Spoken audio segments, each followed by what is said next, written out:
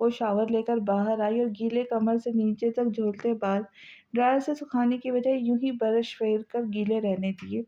دوپٹہ bed پر پڑا تھا جسے اوڑھنے کی زحمت نہیں کی تھی۔ میر ہادی زارن کو گود میں اٹھائے روم میں داخل ہوا تو بے تحاشا چونکا، بالکل سامنے اسے اس اپسرا کو، دو آتشہ حسن کو دیکھ چاروں شانے چت ہوا۔ ایک مرتبہ نگاہ اٹھی تو پلٹنا بھول گئی تھی۔ وہ یوں ہی اسے دیکھتا بیڈ تک آیا تھا۔ جب لویزا ایک پرحدت نگاہ خود پر سرتاپا محسوس کی تو روح تک سرشار ہوئی۔ اوہ آئے بڑے اگنور کرنے والے! دل ہی دل میں اپنی کامیابی پر خود کو داد پیش کی۔ مما آپ ریڈی ہو رہی ہے، ہم کہیں جا رہے کیا؟ زارن نے ماما کی اٹینشن سیکھ کرنے کی ہانڈی بیچ چوراہے پہ پھوڑی تو بری طرح گڑبڑائی۔ زارن دودھ پیا آپ نے؟ اور ابھی میڈیسن بھی لینی ہے۔ وہ دوپٹہ اٹھا کر کچن میں ہی بھاگ گئی۔ میر ہادی اس کی حرکتوں پر گہرا مسکرایا۔ ایلو جان کا یوں اس کی توجہ حاصل کرنے کے جتن اسے روح تک سکون پہنچا رہے تھے، مگر جب تک وہ خود اس کی جانب قدم نہیں بڑھائیں گی وہ بھی اس کے قریب نہیں آنے والا تھا۔ لویزا کچن سے واپس آئی، زارن کو میڈیسن دی اور دودھ پلایا۔ چلو سو جاؤ چیمپ، امیر ہادی نے کہتے زارن کو لٹا کر اس پر کمفرٹر درست کرتے بیڈ سے اٹھنا چاہا۔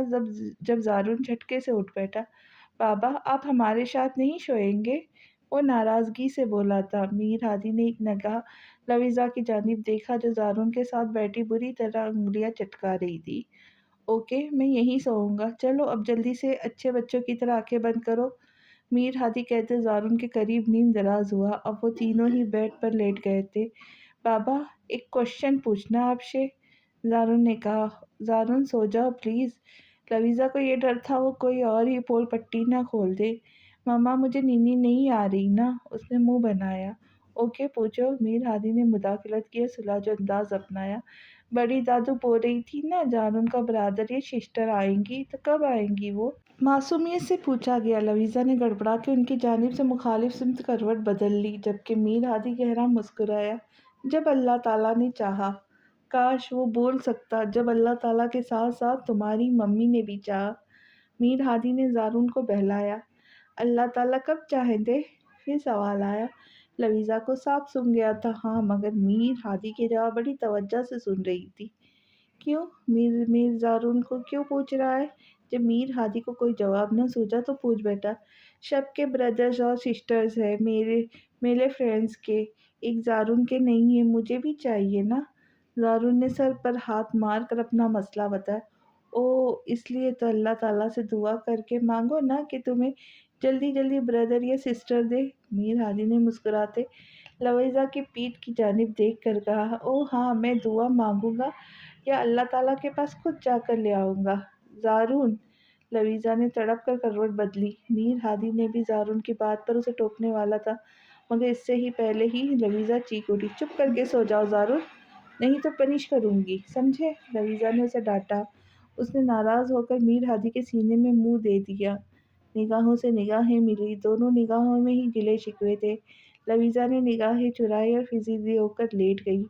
میر ہادی نے زارن کی پیٹھ تھپتھپائی تو جلدی ہی گہری نیند سو گیا، مگر دو وجود تھے جن کی آنکھوں سے نیند کوسوں دور تھی۔ وہ زارن کو نرمی سے تکیے پر شفٹ کرتا اٹھ بیٹھا۔ وہ بھی کون سا سوئی تھی، سانس روک کے اس کے ہر عمل نوٹ کر رہی تھی۔ میر ہادی نے مڑ کر پھر اس کی جانب دیکھا۔ ایک سرد سی آہ بھری تھی۔ پھر بے اختیار و بے لگام ہونے سے بہتر تھا یہاں سے فارم ہاؤس یا ڈیرے پر ہی چلا جاتا۔ بختیور سے کچھ پیپر سے متعلق بھی ڈسکس کرنا تھا، تبھی آہستگی سے اٹھا، اپنی الماری میں رکھے گئے پیپر نکالے اور کمرے سے باہر نکل آیا۔ لویزا جھنجھلا کر اٹھی تھی اور اسے جاتے دیکھا۔ دو آنسو ٹوٹ کر گالوں پر گرتے بے مول ہوئے تھے۔ اس نے تکیے میں منہ دے لیا۔ دل اس بے مہر کی جدائیوں پر پسلیوں سے سر ٹکرانے لگا۔ اوہ اب میری کیا ضرورت؟ شاید ہر ضرورت اب وہ پوری کر رہی ہوں۔ وہ یہ سوچ آتے ہی بے آواز پھوٹ پھوٹ کر روئی۔ سب کچھ برداشت تھا، یہ کہاں برداشت تھا کہ وہ اس کے علاوہ کسی کو دیکھے بھی؟ قریب جانا تو دور کی بات، ماں ہی بے آپ کی طرح تڑپتی رہی۔ کچھ دیر ہی گزری تھی کہ زارن اٹھ بیٹھا۔ مما بابا کدھر ہے؟ آ جائیں گے زارن، سو جاؤ پلیز۔ لویزا نے جلدی سے اپنے آنسو صاف کر کے اسے تسلی دی۔ نو نو مما مجھے تو بابا چاہیے، وہ ضد کرنے لگا۔ زارن پلیز آ جائیں گے، سو جاؤ، لویزا جھنجھلائی۔ اب اگر وہ بے وفا بے وفائی پہ اتر ہی آیا ہے تو وہ کیوں اپنے آپ پر اس پر ظاہر کر کے اپنے آپ کو بے مول کرتی ہے؟ زارن رونے لگا تھا۔ لویزا نے بے بسی سے زارن کو دیکھا، پھر تنگ آ کر گود میں اٹھا کر کمرے سے باہر نکل کر آخر بخت کے دروازے تک آئی۔ میر ہادی بخت کے روم میں آیا تو وہ جاگ رہی تھی۔ جاگ رہی ہو؟ میر ہادی نے کہا۔ ہاں۔ بخت صوفے کی جانب آئی۔ باقی اگلے قسط میں، تب تک کے لیے اجازت دے۔ خوش رہے، خوشیاں بانٹے اور چینل کو سبسکرائب کرے اور بیل آئیکن کا بٹن ضرور پریس کرے تاکہ میری آنے والی ویڈیو آپ تک جلد از جلد پہنچ سکے۔ تو ملتے ہیں جلد ہی۔ اللہ حافظ۔